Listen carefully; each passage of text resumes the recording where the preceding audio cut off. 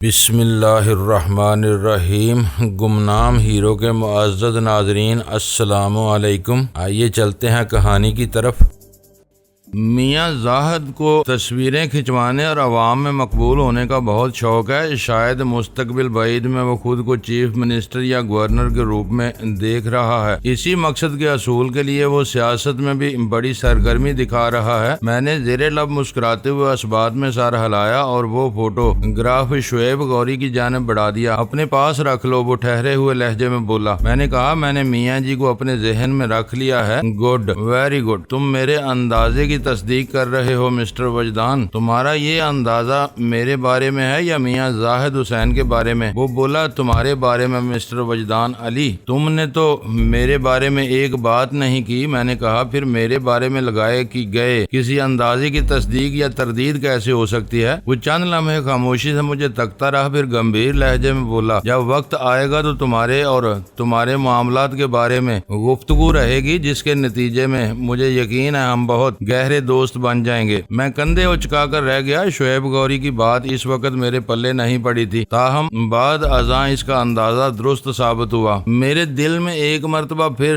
Dial کرنے کی خواہش نے سر ابھارا۔ میں نے گود میں رکھے ہوئے فون کی جانب ہاتھ بڑھایا ہی تھا کہ اس کی گھنٹی بجنے لگی۔ میں نے یہ سوچتے ہوئے کہ شاید دوسری جانب امتیاز ہو، ریسیور اٹھا لیا۔ ہیلو، میں نے ماؤتھ پیس میں کہا۔ ایک مخصوص آواز میری سماعت سے ٹکرائی۔ وجدان، یہ میں ہوں، شعیب غوری۔ ہاں، میں نے پہچان لیا۔ میں نے کہا، خیریت؟ اس وقت فون کی نوبت کیسے آ گئی؟ خیریت نہیں ہے وجدان، شعیب غوری گمبھیر آواز میں بولا۔ تمہارے لیے ایک بری خبر ہے، بہت ہی بری۔ میرا دل اچھل کر حلق میں آ گیا۔ کیسی بری خبر شعیب؟ میں نے جلدی سے پوچھا۔ وہ چند لمحے خاموش رہنے کے بعد بولا، امتیاز کو ایک حادثہ پیش آ گیا ہے۔ حادثہ؟ کس قسم کا حادثہ؟ میں بوکھلائے ہوئے لہجے میں بولا۔ وہ تینوں یہاں سے تو ٹھیک ٹھاک گئے تھے، مگر وہ ٹھیک ٹھاک نہیں رہے۔ اس حادثے کی تفصیل کیا ہے؟ ان تینوں کو بڑی بے دردی سے قتل کر دیا گیا ہے۔ کیا؟ میں سناٹے میں رہ گیا۔ دوسری جانب شعیب غوری اس المناک واقعے کی تفصیل سنا رہا تھا، لیکن مجھے یوں محسوس ہو رہا تھا جیسے میرا ذہن دھواں دھواں ہو رہا ہو۔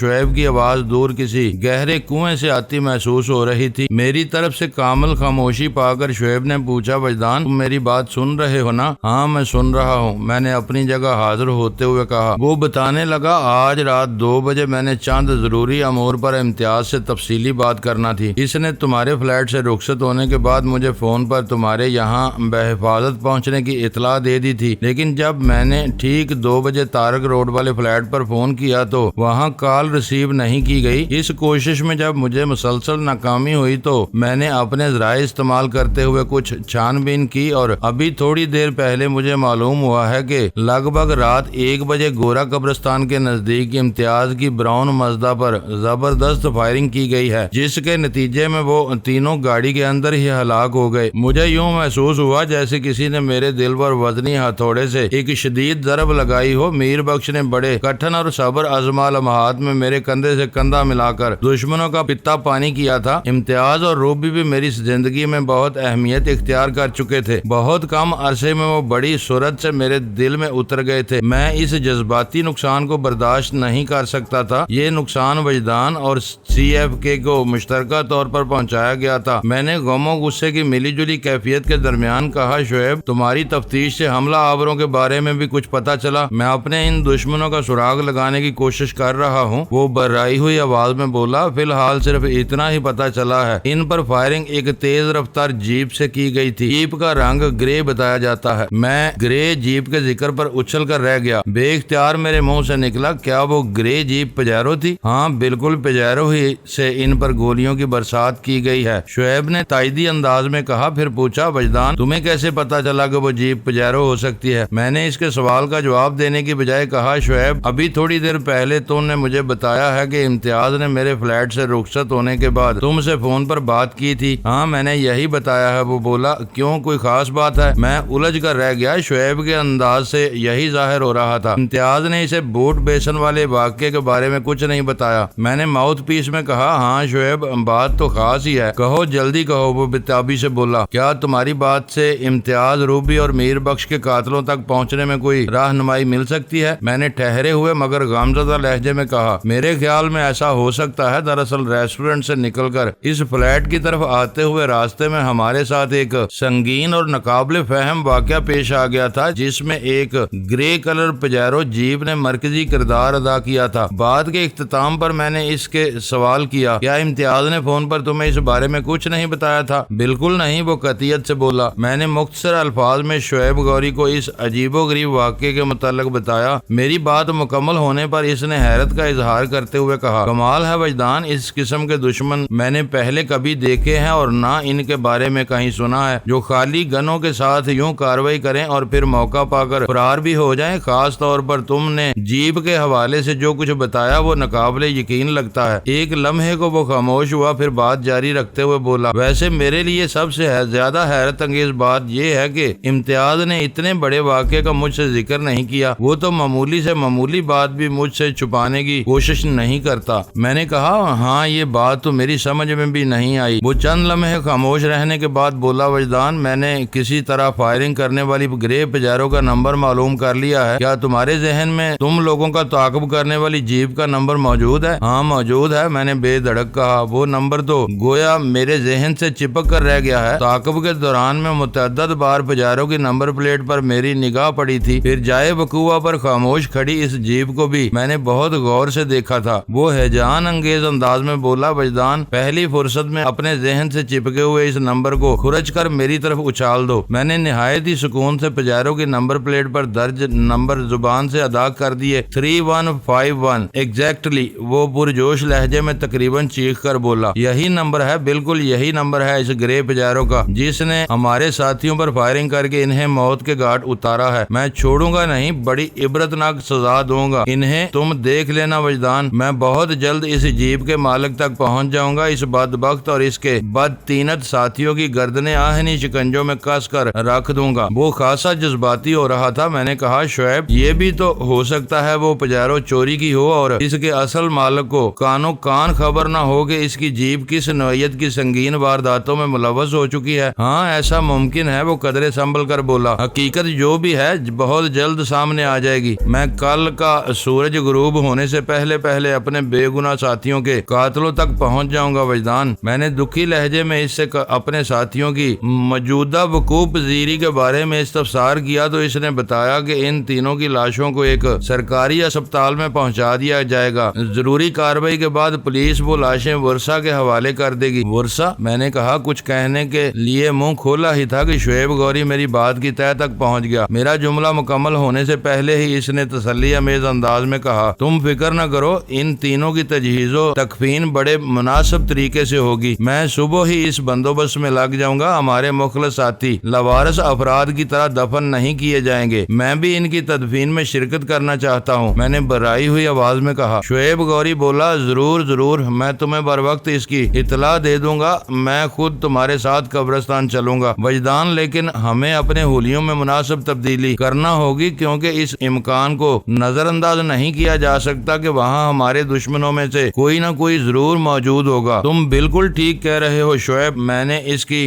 تائید کی، ایسا ہو سکتا ہے۔ وہ گہری سنجیدگی سے بولا تمہیں میں یہی مشورہ دوں گا کہ تم دونوں اپنے فلیٹ سے باہر قدم نہ نکالنا جب تک کہ میرا ڈرائیور تمہیں لینے خود وہاں نہ آ جائے۔ میں عین وقت پر ڈرائیور بھیج کر تم دونوں کو منگوا لوں گا، پھر ہم ایک ساتھ قبرستان جائیں گے۔ ایک لمحے کے توقف سے اس نے اضافہ کیا وجدان یہ نہ سمجھنا کہ میں خدا نخواستہ تم پر کوئی پابندی عائد کر رہا ہوں، میں یہ تمام انتظامات حفاظت اور احتیاط کے پیش نظر کر رہا ہوں۔ ان تینوں کے بعد دشمن اب تم دونوں کی طاق میں ہوں گے۔ میں نے اس کی تجویز کوئی اعتراض اٹھائے بغیر ایک اہم نقطے کی جانب اس کی توجہ مبذول کرواتے ہوئے کہا شعیب جب ہم اپنے ساتھیوں کے ورثہ کی حیثیت سے ان کی تدفین میں شریک ہوں گے تو بھی دشمن ہماری جانب متوجہ ہو سکتے ہیں۔ میں نے کہا نا میں اس سلسلے میں بہت محفوظ بندوبست کروں گا۔ وہ پر اعتماد لہجے میں بولا ہم دونوں کی شرکت سے یہ ظاہر نہیں ہوگا کہ ہمارا تعلق براہ راست ان تینوں سے ہے۔ تم اس بارے میں ذہن کو نہ الجھاؤ، میں ہوں نا۔ شعیب غوری نے اتنی اپنائیت سے میں ہوں نہ کہا کہ میرا ذہن قدرے مطمئن ہو گیا۔ اسی وقت میرے ذہن میں اس گن بردار کا حلیہ بھی روشن ہو گیا جس کے ہاتھوں سے میں نے کلاشنکوف چھینی تھی۔ میں نے شعیب غوری کو مخاطب کرتے ہوئے کہا، دوست، میرے ذہن کے جس حصے پر گرے پجیرو کا نمبر چپک کر رہ گیا تھا وہاں ایک چہرہ بھی چسپاں ہے اور وقفے سے میری سوچ کو منتشر کرنے کی کوشش کر رہا ہے۔ کیسا چہرہ وجدان؟ وہ سنجیدگی سے بولا۔ میں نے بتایا، بوٹ بیسن والے واقعے میں میں نے جس کلاشنکوف بردار سے اس کی گن چھینی تھی، اس شخص کا چہرہ۔ وہ زود فہم انسان فوراً میری بات کی تہہ تک پہنچ گیا اور پوچھنے لگا، کیا تم نے اس شخص کو پہلے بھی کہیں دیکھا ہے؟ میں کچھ ایسا ہی محسوس کر رہا ہوں۔ میں نے کہا، تم نے اس شخص کو کہاں دیکھا ہے؟ میرا خیال ہے ساؤتھ میں، میں نے بتایا۔ کیا کہہ رہے ہو وجدان؟ وہ متعجب انداز میں بولا۔ میں نے کہا، مجھے خود حیرت ہے، اسی لیے تو سوچ کر الجھ رہا ہوں۔ وجدان، میرے ٹھکانوں کا کوئی آدمی اس قسم کی کارروائی میں شامل نہیں ہو سکتا، وہ پربسوخ انداز میں بولا۔ ممکن ہے تمہیں کوئی غلط فہمی ہوئی ہو۔ میں نے الجھن امیز تائیدی انداز میں کہا، خدا کرے یہ میری غلط فہمی ہی ہو۔ بہرحال میں نے جو کچھ محسوس کیا وہ منو ان تم تک پہنچا رہا ہوں، کیونکہ میں تمہیں اپنا سچا دوست سمجھتا ہوں۔ مجھے تمہاری دوستی پر فخر ہے وجدان، وہ سنجیدگی سے بولا، اور اس بات کی خوشی ہے کہ تم نے اپنے دلی جذبات اور محسوسات کو مجھ سے چھپانے کی کوشش نہیں کی۔ وہ چند لمحات کو خاموش ہوا، پھر بات جاری رکھتے ہوئے بولا، لیکن تم یہ نہ سمجھنا کہ میں تمہاری بات کو نظر انداز کر کے خاموش ہو کر بیٹھ جاؤں گا۔ تم مجھے اس گن بردار کا حلیہ بتاؤ، صرف ساؤتھ ہی نہیں بلکہ میں اپنے تمام ٹھکانوں کے آدمیوں کو خاموشی سے چیک کروں گا۔ اگر تمہارا مطلوبہ بندہ ہاتھ آ گیا تو اس سے بھی ڈائلاگ کر لیں گے۔ تم میرا مطلب سمجھ رہے ہو نا؟ شعیب نے لفظ ڈائلاگ پر اچھا خاصا زور دیا تھا۔ میں نے کہا، اچھی طرح سمجھ رہا ہوں شعیب۔ وہ بولا، دنیا کا کوئی ایسا ادارہ یا محکمہ نہیں جس میں کالی بھیڑیں موجود نہ ہو۔ ممکن ہے میرے کیمپ میں بھی کوئی بچھو پرورش پا رہا ہو۔ میں نے کہا، اس کی بات سے اتفاق کرتے ہوئے شعیب، ویسے تمہارے خیال میں ہمارے کس دشمن نے کارروائی کی ہوگی؟ مجھے 90% تو یہی امید ہے کہ میاں زاہد حسین نے شیر کے جبڑے میں ہاتھ دینے کی کوشش کی ہے۔ غوری سنسناتے ہوئے لہجے میں بولا، پچھلے دنوں ہم نے نقصانات پہنچائے ہیں۔ وائٹ شیر، 3 افراد عبرتناک موت، ہوٹل میں ہونے والی مارا ماری، باہر گرے سوزوکی FX والے 2 نقلی پولیس والوں کا ہولناک انجام، پھر گرین بیلٹ والے بنگلے پر شاہ جی کے ساتھ جو شاندار سلوک کیا گیا ہے، اس میں ہم دونوں کا بھرپور ہاتھ رہا ہے۔ چنانچہ یہ عین ممکن ہے وہ ہم پر شب خون مارنے کی طاق میں رہا ہو اور آج رات اسے موقع مل گیا ہو۔ میں نے کہا، میرا ذہن بھی گھوم پھر کر میاں زاہد کی طرف جا رہا ہے۔ تم مجھے اس شخص کا تفصیلی حلیہ بتاؤ، شعیب نے دوبارہ پوچھا۔ میں نے کہا، قد لگ بھگ 5 فٹ 10 انچ، اور باقی حلیہ بتا دیا۔ یہ ایک عام سا حلیہ ہے، وہ سرسری انداز میں بولا۔ بہرحال میں اسے اپنے کیمپ میں تلاش کرنے کی پوری کوشش کروں گا۔ پھر اس نے مجھ سے استفسار کیا، اس کے بارے میں میری تجاویز کو ذہن میں رکھو گے نا؟ ہاں، میں نے اس بات میں جواب دیا، جب تک تمہارا ڈرائیور ہمیں لینے نہیں آئے گا ہم اس فلیٹ سے باہر قدم بھی نہیں نکالیں گے۔ وہ سمجھانے والے انداز میں بولا، وجدان، کبھی خوشی کبھی غم، تم تو میری بات اچھی طرح سمجھ سکتے ہو۔ تم نے بھی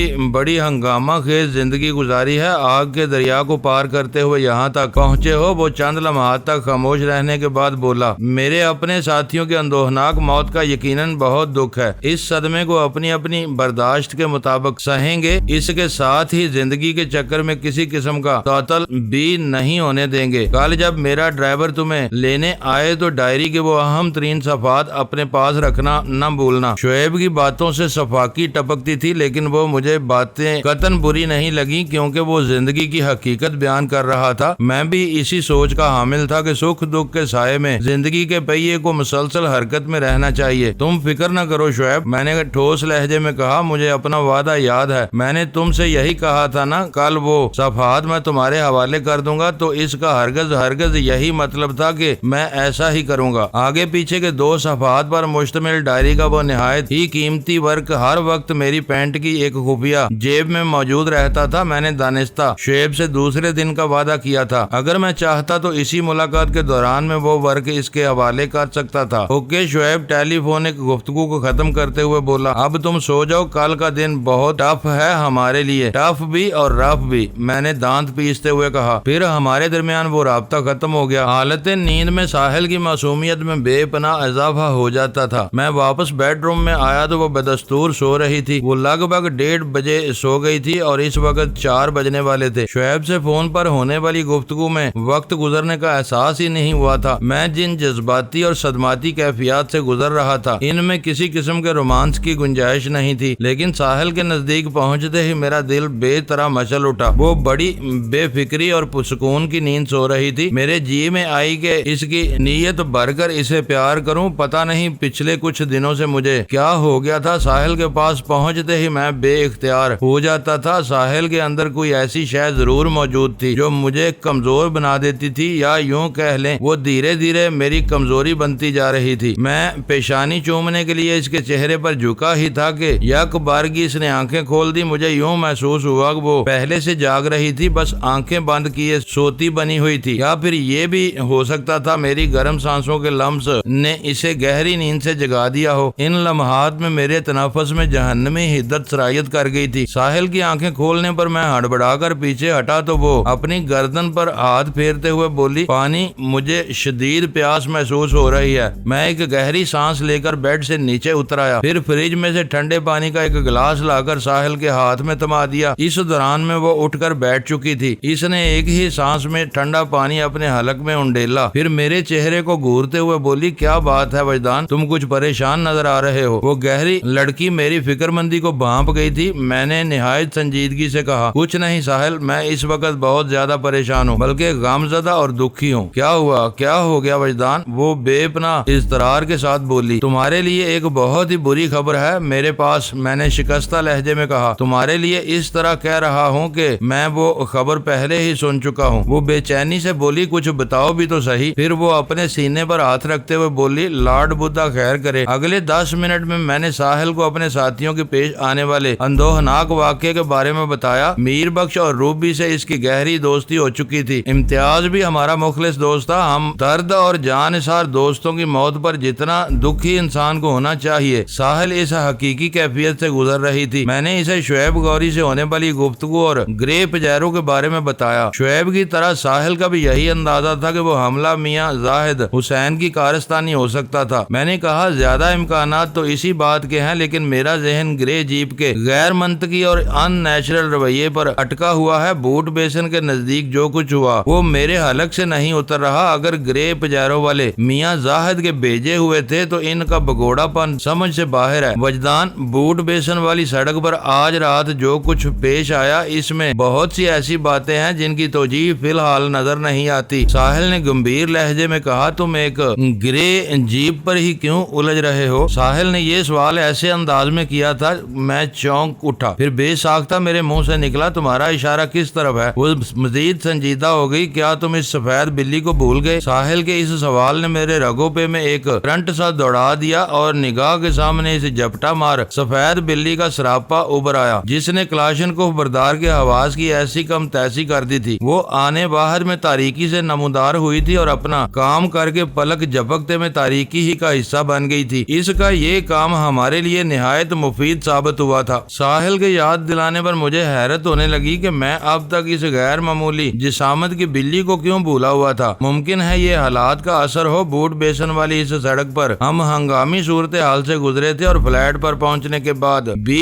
میر بخش کی کوہنی ہی زیر بحث رہی تھی، اور اس کے بعد تو شعیب غوری کی کال نے میرے ذہن کو وہ زیر و زبر کیا تھا کہ میں کسی اور کے شے کے بارے میں سوچنے کے قابل ہی نہیں رہا تھا۔ اسی ذہنی گندگی میں وہ فربا متعاون بلی میرے ذہن سے نکل گئی تھی۔ میں نے ساحل کی طرف دیکھتے ہوئے الجھن زدہ لہجے میں کہا، ہاں واقعی میں تو اس بلی کو بھول ہی گیا تھا، پتہ نہیں وہ بلی تھی بھی یا میں اپنا جملہ ادھورا چھوڑ کر اس بلی کے تصور میں کھو گیا۔ وہ مہربان دوست بلی کسی صحت مند کتے کی جسامت رکھتی تھی، اس کی جپٹ میں چیتے کی لپک اور گراہٹ میں شیر کا دبدبا تھا۔ میں اس عجیب و غریب بلی کے بارے میں سوچ ہی رہا تھا کہ ساحل کی آواز نے مجھے چونکنے پر مجبور کر دیا۔ وہ بلی کے ذکر کو موقوف کر کے اصل موضوع کی طرف آ گئی تھی۔ وجدان، ہمارے ساتھیوں کی المناک موت کسی جان گسل صدمے سے کم نہیں، آئندہ کے لیے تم نے کیا سوچا ہے؟ میں جذباتی ہو گیا۔ ساحل، میں ان تینوں کے قاتلوں سے بہت بھیانک انتقام لوں گا۔ ایک بار وہ میرے ہتھے چڑھ جائیں پھر تم دیکھنا میں ان کا کیا اشر کرتا ہوں۔ وہ ہتھے کیسے چڑھیں گے؟ شعیب گرے پجیرو کی مدد سے ان کا سراغ لگانے کی کوشش کر رہا ہے۔ میں نے کہا، اس جیپ کا نمبر معلوم ہو چکا ہے، بہت جلد وہ اصل مجرموں تک پہنچ جائے گا۔ ساحل جس لگن اور ثابت قدمی سے یوگا، مارشل آرٹس اور چیپ وغیرہ کو سیکھنے کی کوشش کر رہی تھی، اس سے لگتا تھا وہ بہت جلد بہت اوپر تک پہنچ جائے گی۔ ہاتھی یوگ کے کم و بیش تمام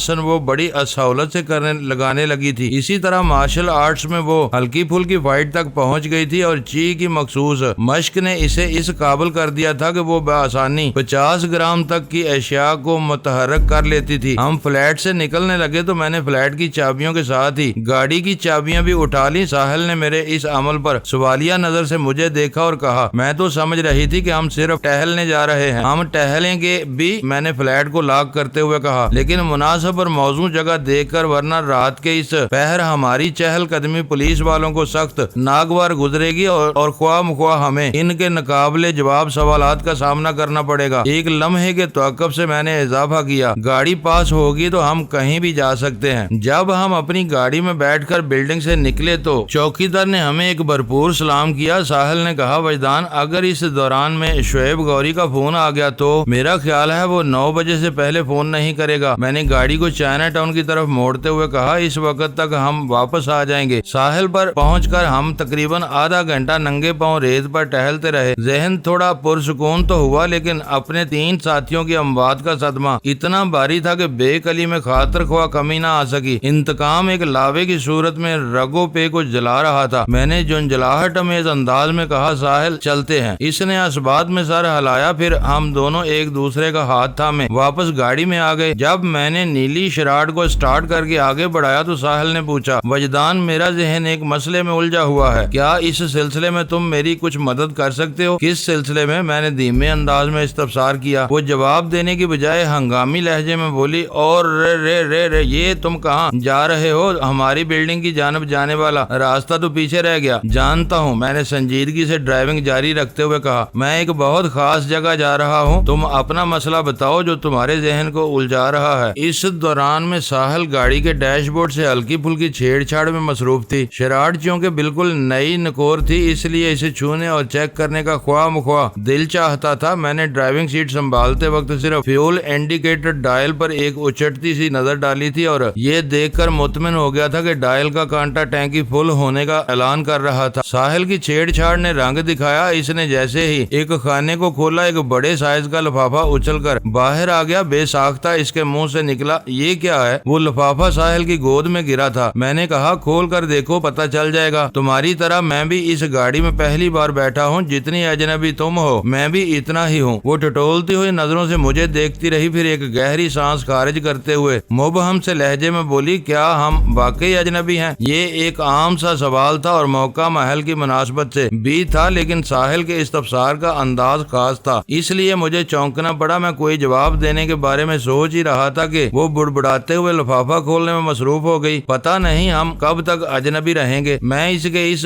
بے ظاہر نہ پوچھے گئے سوال کا کیا جواب دیتا؟ لفافے کے اندر سے ہمارے لیے حیرت کا سامان برآمد ہوا۔ وہ ہمارے ضروری ڈاکومنٹس تھے، جن میں شناختی کارڈ، پاسپورٹ اور ڈرائیونگ لائسنس وغیرہ شامل تھے۔ اس کے علاوہ 10,000 روپے کے استعمال شدہ نوٹ بھی تھے۔ پچھلے دنوں امتیاز نے ہمارے کاغذات کی تیاری کے لیے ہماری تصاویر بنوائی تھی جو ان دستاویز پر نظر آ رہی تھی۔ شعیب گوری بڑا سرپرائزنگ فرینڈ ثابت ہو رہا تھا۔ ظاہر ہے یہ سب کچھ اسی کے اشارے پر کیا گیا ہوگا۔ ان کاغذات کے مطابق میں وجی اور ساحل الماس تھی۔ ہم دونوں کا تعلق کراچی سے تھا، گویا ہم قانونی طور پر کراچوی ہو گئے تھے۔ امتیاز اور روبی ہمارے ان فرضی ناموں سے کتنے خوش ہوئے تھے، لیکن اس سے پہلے کہ ہم یہ نام استعمال کرتے وہ ہمیں داغ مفارقت دے گئے تھے۔ میرے رگوں پہ میں ایک آگ سی بھر گئی اور اسٹیئرنگ پر میرے ہاتھوں کی گرفت مضبوط سے مضبوط تر ہوتی چلی گئی۔ میرے 3 ساتھیوں کے چہرے میرے تصور کو تہ و بالا کرنے لگے اور ذہن میں ایک گونج سی پیدا ہوتی محسوس ہونے لگی، انتقام، انتقام،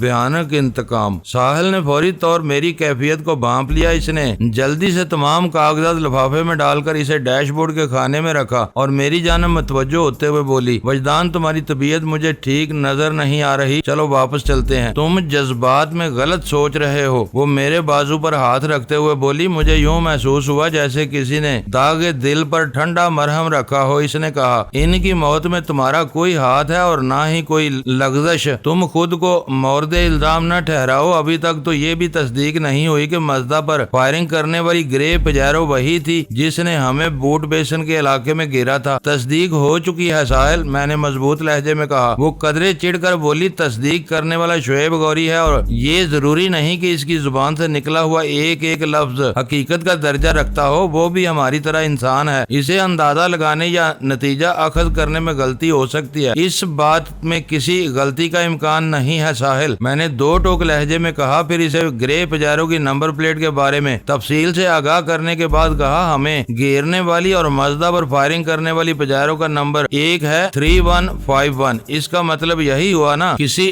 غلط فہمی کی گنجائش نہیں. کیا کہتی ہو؟ وہ شکست خوردہ انداز میں مجھے دیکھتے ہوئے بولی کچھ بھی ہو میں تمہیں اسپتال کی طرف نہیں جانے دوں گی. اس کے ساتھ ہی اس نے اپنے ہاتھ کا دباؤ میرے بازو پر بڑھا دیا اور میری آنکھوں میں جھانکنے لگی. میں ڈرائیونگ کی وجہ سے اس کی طرف مسلسل نہیں دیکھ سکتا تھا. تاہم میں نے چند لمحات میں اس کی آنکھوں میں اپنے لیے جس خیال کی تصویر دیکھی وہ میری زندگی میں اب ناپید ہو کر رہ گیا تھا. اس وقت میرے تخیل میں اپنی ماں شگفتہ کا چہرہ چمک اٹھا. ماں سے زیادہ خیال رکھنے والی کوئی اور ہستی اس دنیا میں نہیں ہو سکتی. پتہ نہیں کیوں ساحل کی اس تیزی سے بڑھتی ہوئی وابستگی سے مجھے گھبراہٹ ہونے لگی تھی. میں نے تھر تھراتے ہوئے لہجے میں کہا ساحل میں جاؤں گا، ضرور جاؤں گا اسپتال. کیوں؟ تم اسپتال کیوں جانا چاہتے ہو؟ وہ بھی ضد پر اتر آئی. میں نے برائی ہوئی آواز میں کہا ان تینوں کو دیکھنے، ان کے چھلنی بدن اور لہو لہو تن دیکھنے کے لیے میں وہاں جانا چاہتا ہوں. اس سے کیا ہوگا؟ اس نے پوچھا. مجھے تحریک ملے گی. میں اس وقت اچھا خاصا جنونی ہو رہا تھا. بے بسی، بے کسی اور بے رسی کی تصویر وہ 3 لاشیں میرے انتقام کو مہمیز کریں گی. وہ ڈانٹنے والے انداز میں بولی ان تینوں کی ناگہانی موت نے تمہیں خاصا متاثر کیا ہے، ورنہ تم ایسے تو نہ تھے وجدان. میں نے پلٹ کر پوچھا کیا تم متاثر نہیں ہوئی ہو؟ ہوئی ہوں، بہت زیادہ ہوئی ہوں. وہ شکستہ لہجے میں بولی لیکن اس کا ہرگز یہ مطلب نہیں کہ اپنی اس شکست و ریخت کا تماشا بنایا جائے. ہم ایک ایک قدم سوچ سمجھ کر اٹھانا چاہیے. تمہاری ان جذباتی حرکتوں سے دشمن کوئی مزید نقصان بھی پہنچا سکتا ہے. میں حیرت سے اس چھوئی موئی لڑکی کو سنتا رہا. مجھے محسوس ہو رہا تھا معصوم اور سادہ سی دنو اس وجود کے اندر سے غائب ہو گئی تھی اور اس کی جگہ ایک سمجھدار اور بردبار ساحل نے لے لی تھی. نام کی تبدیلی انسان پر اس قدر اثر انداز ہو سکتی ہے یہ مجھے اندازہ نہیں تھا. اس وقت میرے پہلو میں بیٹھی ہوئی ساحل کو دیکھ کر کوئی یقین نہیں کر سکتا تھا کہ یہ وہی لڑکی ہے جو بدھ نیل کنٹھ کی عبادت گاہ میں ایک سادہ دیہاتی زندگی گزار رہی تھی. اپنی اس مختصر سی ناصحانہ تقریر کے اختتام پر اس نے کہا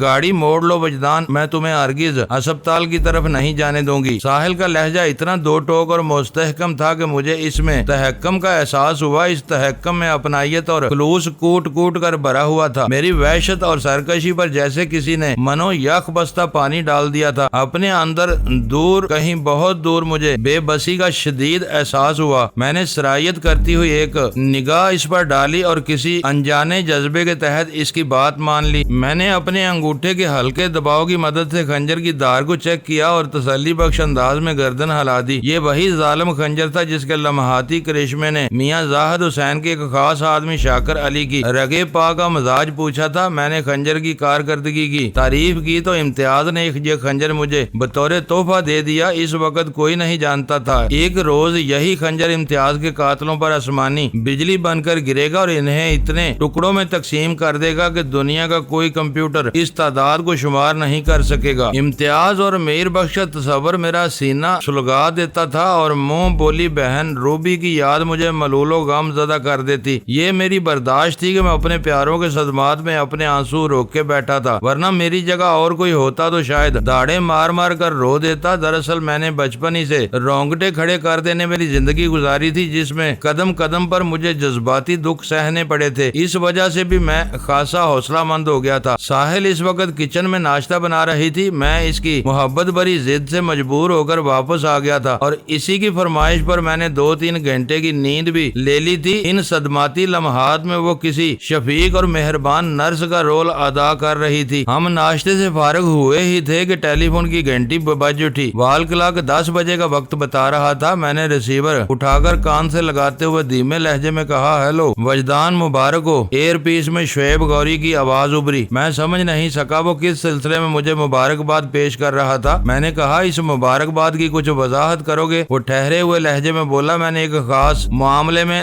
تلافی کے لیے فون کیا ہے. کون سا خاص معاملہ؟ وہ بولا میں نے لگ بھگ 7 گھنٹے پہلے تمہیں ایک بری خبر سنائی تھی، اپنے 3 ساتھیوں کی ہلاکت کی خبر. اس کی آواز میں گہری سنجیدگی پائی جاتی تھی. اسی سلسلے میں ایک اچھی خبر بھی اس وقت میرے پاس ہے. تم نے ان تینوں کے قاتلوں کا سراغ لگا لیا ہے. میں نے حتمی لہجے لہجے میں کہا، ہے نا یہی بات؟ ویری گڈ، شعیب نے سراہنے والے انداز میں کہا، تمہاری سوچ بالکل نشانے پر پہنچی ہے۔ میں نے اضطراری لہجے میں استفسار کیا، ہمارے ساتھیوں کا قاتل کون ہے؟ میاں زاہد حسین، شعیب غوری نے سرسراتی آواز میں بتایا۔ میاں زاہد حسین، میں نے ایک ایک لفظ کو چبا کر تمہاری شہرک کاٹ کر تمہارے وجود میں پایا جانے والا سارا غلیظ خون بہا دوں گا۔ میں تصور میں میاں زاہد سے مخاطب تھا، تاہم واقعتاً یہ گفتگو شعیب غوری سے ہو رہی تھی۔ میں نے شعیب سے پوچھا، تمہیں یہ کیسے معلوم ہوا ہمارے ساتھیوں کے قتل میں میاں زاہد ملوث ہے؟ ملوث اس لیے کہہ رہا ہوں کہ ظاہر ہے فائرنگ اس نے خود نہیں کی ہوگی، بلکہ یہ آپریشن اس کے اعماء پر کیا گیا ہوگا۔ میری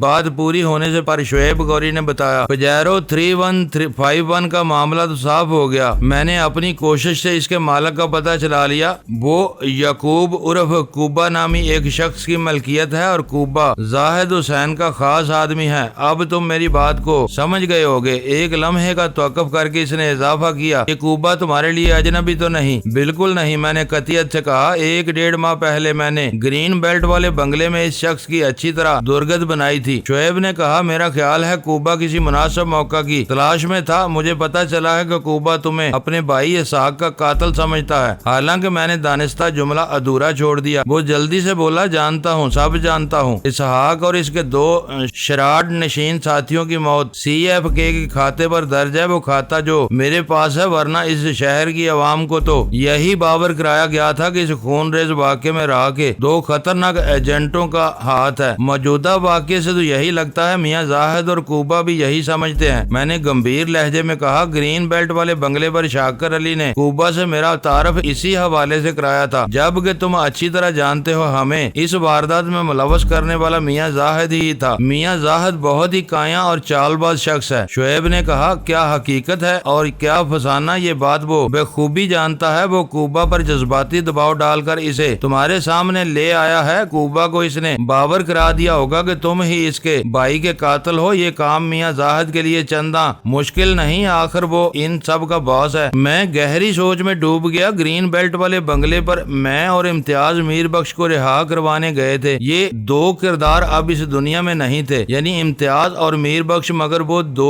کردار ابھی زندہ تھے، یعنی شاکر علی اور کوبا۔ وہ نہ صرف زندہ تھے بلکہ اپنی ہزیمت کا بدلہ لینے کے لیے پوری طرح سرگرم عمل بھی تھے۔ میں ان ناسوروں کو کسی قیمت پر معاف نہیں کر سکتا تھا۔ تم خاموش کیوں ہو وجدان؟ شعیب کی آواز میری سماعت سے ٹکرائی۔ کیا کوئی پرابلم ہے؟ پرابلم یہ ہے کہ میں جلد از جلد کوبا اور میاں زاہد حسین تک پہنچنا چاہتا ہوں۔ میں نے تھرتھراتی ہوئی آواز میں کہا، مجھے اپنی پیاس بجھانے کے لیے ان کے خون کی ضرورت ہے۔ شعیب نے گہری سنجیدگی سے کہا، میں تمہیں ان کے نرخوں تک پہنچا دوں گا، بس 1 دن اور صبر کر لو وجدان۔ 1 دن بعد کیوں؟ میرے لہجے میں احتجاج شامل ہو گیا۔ ابھی اور اسی وقت کیوں نہیں؟ وہ دوستانہ لہجے میں بولا، میں تمہاری جذباتی کیفیت کو سمجھ رہا ہوں۔ تم یہ مت سمجھو کہ مجھے امتیاز روبی اور میر بخش کی موت سے کوئی صدمہ نہیں پہنچا۔ میں ان کے غم میں دکھی ہوں اور بہت سوچ سمجھ کر شافی انتقام لینا چاہتا ہوں۔ یہ میرا تم سے وعدہ ہے۔ یہ انتقامی کارروائی تمہارے ہاتھوں انجام کو پہنچے گی۔ تمہارے ذہن میں کیا ہے؟ میں نے پوچھا۔ وہ بولا، آج کا دن ہم اپنے ساتھیوں کے سوگ میں گزاریں گے۔ میں نے ان کی لاشیں وصول کرنے اور تجہیز و تکفین کا مکمل بندوبست کر دیا ہے۔ امتیاز علی کا چھوٹا بھائی اشتیاق احمد 1 آدھا گھنٹے میں دبئی سے آنے والا ہے۔ تم میرا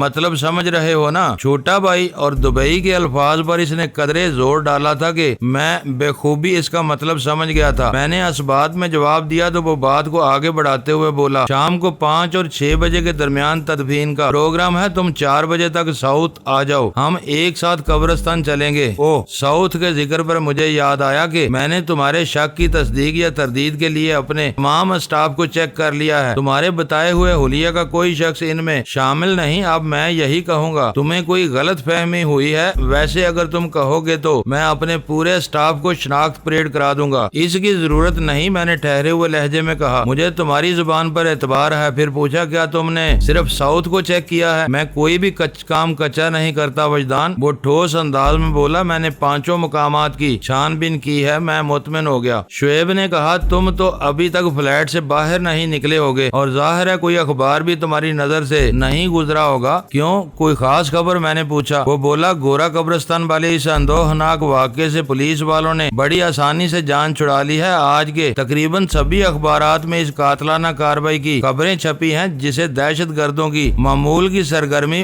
بتایا گیا ہے۔ گویا جو معاملہ سمجھ میں نہ آئے، جس کو چھپانا مقصود ہو، اسے نامعلوم دہشت گردوں کے کھاتے میں ڈال دیا جاتا ہے، میں نے طنزیہ انداز میں کہا۔ کچھ ایسی ہی بات ہے میرے دوست، وہ خیال افزوں آواز میں بولا۔ میں نے پوچھا، اپنے ساتھیوں کے خون کا حساب چکانے کے سلسلے میں ہم ایک دن مزید کیوں انتظار کریں گے؟ تدفین کا کام تو مغرب سے پہلے ہو جائے گا، اس کے بعد پوری رات پڑی ہے، ہمیں اپنے ہاتھ پاؤں کھولنے کے لیے کافی وقت مل جائے گا۔ کل رات کا انتظار ایک مصلحت کی بنا پر۔ میں نے استفسار کیا، کیسی مصلحت؟ وہ چند لمحے خاموش رہنے کے بعد بولا، کل رات میاں زاہد حسین اپنے بنگلے پر ایک شاندار جشن منا رہا ہے جس میں بہت خاص الخاص لوگ شرکت کریں گے۔ میں نے اس کی فراہم کردہ معلومات پر چونکتے ہوئے سوال کیا، تمہیں یہ تفصیل کیوں کر معلوم ہوئی شعیب؟ ویری گڈ کویسچن، وہ سراہنے والے انداز میں بتانے لگا۔ وجدان، کسی بھی تنظیم کو کامیابی سے چلانے کے لیے ضروری ہے کہ اپنے تمام مخالفین کی خبر رکھی جائے۔ میری تنظیم سی ایف کے اصلاحی اور تعمیری مقاصد حامل ہے، چنانچہ تمام منفی افکار کی حامل تنظیموں کے لیے مجھے باخبر رہنا پڑتا ہے۔ مخالف کیمپوں میں موجودہ بندے گاہے بگاہے مجھے خاص باتوں سے آگاہ کرتے رہتے ہیں۔ یہ تمام معلومات مجھے اس شخص نے دی ہیں جو میاں زاہد حسین کے نیٹ ورک میں اس کے لیے وفادار کی حیثیت سے کام کر رہا ہے۔ اس کا مطلب ہے سی ایف کے میں بھی دوسری تنظیموں کے جاسوس خفیہ طور پر کام کر رہے ہوں گے۔ میں نے ایک خدشے کا اظہار کیا، یہ تو ایک منطقی سی بات ہے۔ ہاں یہ ممکن ہے، اس نے کہا۔ میں اس سلسلے میں کوتاہی نہیں کرتا اور اپنے بندوں پر گہری نظر رکھتا ہوں۔ میرے اسٹاف کے ہر ممبر پر کوئی دوسرا ممبر نگراں مقرر ہے۔ اس طرح مجھے نیچے سے اوپر تک ہر سطح پر ایک بات کی خبر ملتی رہتی ہے، اور جیسے ہی کوئی شخص میری نظر میں مشکوک ہو جاتا ہے، میں اس کے کچے چٹھے کے ساتھ اسے بہت ہی پرسکون مقام پر منتقل کر دیتا ہوں۔ گویا اس کا انتقال ہو جاتا ہے۔ میں نے سنجیدگی سے کہا، تم کافی سمجھدار ہو، میں کیا سمجھاؤں؟ میں تمہارا سوال بڑی وضاحت سے سمجھ گیا ہوں۔ شعیب نے میری بات پوری ہونے پر کہا، میاں زاہد در حقیقت منشیات خصوصاً ہیروئن کی اسمگلنگ کا دھندا کرتا ہے۔ اس کا بگ باس مودا رکھاں والی میں بیٹھ کر صرف ڈوریاں ہلاتا ہے۔ ملک نوازش کے اشاروں پر یہ منشیات امریکہ، یورپ اور جنوبی ایشیا کے ممالک کو بھیج دی جاتی ہے۔ میں اپنی تحقیق سے اس نتیجے پر پہنچا ہوں کہ ملک نوازش علی کوئی عام روایتی سا ذمہ یا چودھری نہیں، بلکہ جرائم کی دنیا کا ایک بہت بڑا برج ہے۔ یہ بات مجھ سے زیادہ اور کون جانتا ہوگا؟ میں نے سلگتے ہوئے انداز میں کہا، میں نے اس کے بچھائے ہوئے انگاروں کی ایک دہکتی راہ گزر پر بہت طویل سفر کیا ہے، بلکہ اب تک کر رہا ہوں۔ شعیب نے توضیحی انداز میں کہا، ملک نوازش اور اس کی طاقت کو جان لینے کے بعد میں یہی کہوں گا کہ تم اور تمہارا عزم ماؤنٹ ایورسٹ ایک سوت بھی نیچے نہیں۔ اس تعریف کا شکریہ دوست، میں نے کہا۔ اب تو مجھے تم جیسے مخلص دوست کا تعاون بھی حاصل ہو گیا ہے۔ چودھری نوازش کے دانت کھٹے کرنے میں بہت مزہ آئے گا۔ میرا تعاون تو زندگی بھر تمہیں حاصل رہے گا، وہ خوش دلی سے بولا۔ میں نے ڈاکومنٹس کے سلسلے میں اس کا شکریہ ادا کرتے ہوئے کہا، گاڑی کے ڈیش بورڈ سے برآمد ہونے والے کاغذات بھی مجھے پسند آئے۔ وہ مذاق کے رنگ میں بولا، لیکن یار وہ 10,000 روپے کی رقم قرضہ ہے، جب سنگاپور سے تمہاری رقم آ جائے تو لوٹانا نہ بھولنا۔ میں دوستوں اور دشمنوں کا قرض یکساں طور پر یاد رکھتا ہوں۔ میں نے بھی اسی کا انداز اختیار کرتے ہوئے کہا، لیکن فرق صرف اتنا ہے کہ دشمنوں کا حساب سود در سود ہوتا ہے اور حساب دوستاں درد دل۔ شکر ہے تمہارے لہجے میں کچھ شگفتگی تو آئی۔ وہ چہک کر بولا، میں نے تمہاری رنجیدگی کو کم کرنے کے لیے قرضے والی بات کی تھی۔ ایک لمحے کے توقف سے اس نے اضافہ کیا، ویسے اگر تمہیں مزید رقم کی ضرورت ہو تو بتا دینا۔ یہ بات میں سنجیدگی سے کہہ رہا ہوں۔ بتا دوں گا، میں نے بھی سنجیدگی سے کہا۔ فی الحال ایسی کوئی خاص ضرورت نہیں ہے۔ ٹھیک ہے، پھر 4 بجے ساؤتھ میں ملاقات ہوگی۔ گفتگو کو اختتام کی طرف لاتے ہوئے بولا۔ میں نے پوچھا، مجھے خود آنا ہوگا یا تمہاری طرف سے کوئی لینے آئے گا؟ کیا تم از خود ساؤتھ پہنچ سکتے ہو؟ ڈیفینیٹلی، میں نے پربسوخ لہجے میں کہا۔ کراچی کے راستوں سے اچھی طرح واقف ہو گیا ہوں۔ وہ مطمئن ہوتے ہوئے بولا، پھر ٹھیک ہے، تم ٹھیک 4 بجے ساؤتھ پہنچ جانا، میں تمہیں وہیں ملوں گا۔ دراصل 2 بجے دوپہر ٹیلی فون پر نیل آرمر سے میری چند ضروری اور تفصیلی بات ہوگی۔ مدفون سونا بھی زیر بحث آئے گا، تو کیا تم نیل آرمر کو بھی سونے کی بازیابی میں شریک کرنے کا ارادہ رکھتے ہو؟ میں نے چونکتے ہوئے لہجے میں پوچھا۔ فی الحال میں کسی نتیجے پر نہیں پہنچا، میرا انداز اختیار کرتے ہوئے بولا۔ اس وقت میرے پاس راستے ایسے ہیں جن کے ذریعے بڑی صفائی سے ہم اس سونے تک رسائی حاصل کر سکتے ہیں، اور ان دونوں بستیوں میں 2 آدمیوں سے واسطہ پڑنا لازمی ہے۔ ایک آدمی نیشنل ہے اور دوسرا انٹرنیشنل انٹرنیشنل راہ اختیار کرتے ہوئے مجھے نیل آرمر کی مدد لینا ہوگی۔ میں نے الجھن زدہ لہجے میں کہا، تمہاری ایک بات بھی میرے پلے نہیں پڑی، میں سمجھا دوں گا، سب سمجھا دوں گا۔ وہ تسلی امیز لہجے میں بولا، تم 4 بجے ڈائری کے وہ صفحات لے کر ساؤتھ آ جاؤ، میں مدفون سونے کی لوکیشن دیکھنے کے بعد ہی کسی نتیجے پر پہنچوں گا۔ ویسے تم نے متروک کنویں اور سرحدی زمین کی تفصیل مجھے بتائی ہے، وہ میرے ذہن میں نقش ہے۔ مجھے امید ہے کہ ڈائری کے صفحات میں بنے ہوئے نقشے میں وہ متروک کنواں سرحد سے زیادہ فاصلے پر نہیں ہوگا۔ میرا بھی یہی خیال ہے، میں نے عام لہجے میں کہا۔ اوکے، وہ گفتگو ختم کرتے ہوئے بولا، 4 بجے ملاقات ہوگی۔ تم ایک بات کا خیال رکھنا، زیادہ سے زیادہ وقت فلیٹ کے اندر ہی گزارنا، باہر حالات سازگار نہیں ہیں۔ وہ تشویشناک لہجے میں بولا، افراتفری زیادہ خطرناک تو نہیں تھی؟ کیا تم خیریت سے ہو؟ ہاں بالکل سب ٹھیک ہے انکل، میں نے گول مول جواب دیا۔ آپ کوئی فکر نہ کریں۔ وہ فوراً اصل موضوع کی طرف آ گیا۔ وجدان، میں نے تمہاری دکان اور مکان کی فروخت کا معاملہ نپٹا دیا ہے۔ کل دونوں پارٹیاں پیمنٹ کر رہی ہیں۔ 3 دکانوں پر مشتمل شعبہ جاتی اسٹور اپنے تمام سامان کے ساتھ $18 لاکھ میں گیا ہے۔ میرے خیال میں عابد علی اینڈ سن کی بہت اچھی قیمت مل گئی ہے۔ دراصل چائنا ٹاؤن اور خصوصاً ساگو اسٹریٹ پر پراپرٹی کی بہت ویلیو ہے، اور تمہارا شعبہ جاتی اسٹور تو بہت چلتا تھا، اس کی ساکھ بہت مشہور ہے۔ معزز ناظرین، لائک کریں، شیئر کریں اور کمنٹس باکس میں پاک آرمی زندہ باد، پاکستان پائندہ باد کا نعرہ ضرور درج کر کے اپنے ملک پر فخر کریں اور پاکستان کی بنیادیں مضبوط کرنے میں اپنا کردار ادا کریں۔ ویڈیو دیکھنے کا شکریہ۔ معزز ناظرین، اپنا خیال رکھیے گا اور ہمارے چینل کا بھی۔ ISI پاک آرمی زندہ باد، پاکستان پائندہ باد۔